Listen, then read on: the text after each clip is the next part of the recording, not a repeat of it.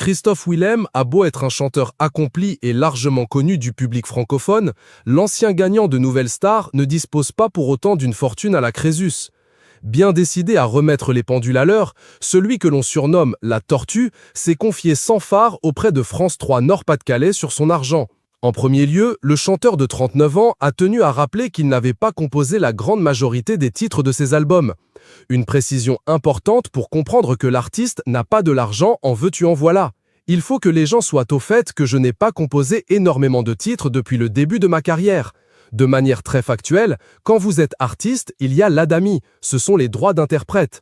Donc je touche essentiellement de l'ADAMI, mais je ne touche pas forcément de droits d'auteur faramineux parce que je ne compose pas tant que ça, a-t-il expliqué. Conclusion, Christophe Willem, qui a sorti son 6e album Panorama en 2022, vit confortablement mais ne roule pas sur l'or. Mes revenus, c'est mes ventes de disques, mes droits d'interprète et mes concerts.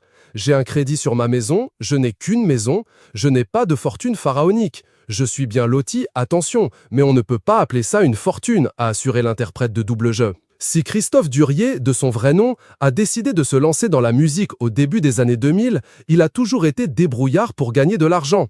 Étant jeune, celui-ci n'hésitait pas à cacher des cassettes de films X sous son manteau pour les revendre à l'école. Mes parents avaient un décodeur pirate, et moi, je faisais du deal. J'enregistrais les films de cul que je revendais à l'école, avait-il raconté dans l'émission Je t'aime, etc. en 2019.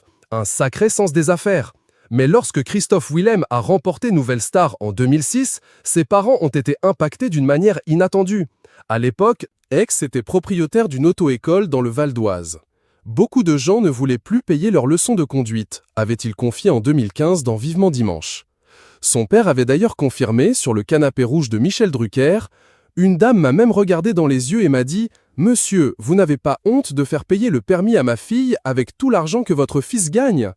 Et d'ajouter « Il a gagné 100 000 € pour faire un album. Pour moi, ce n'est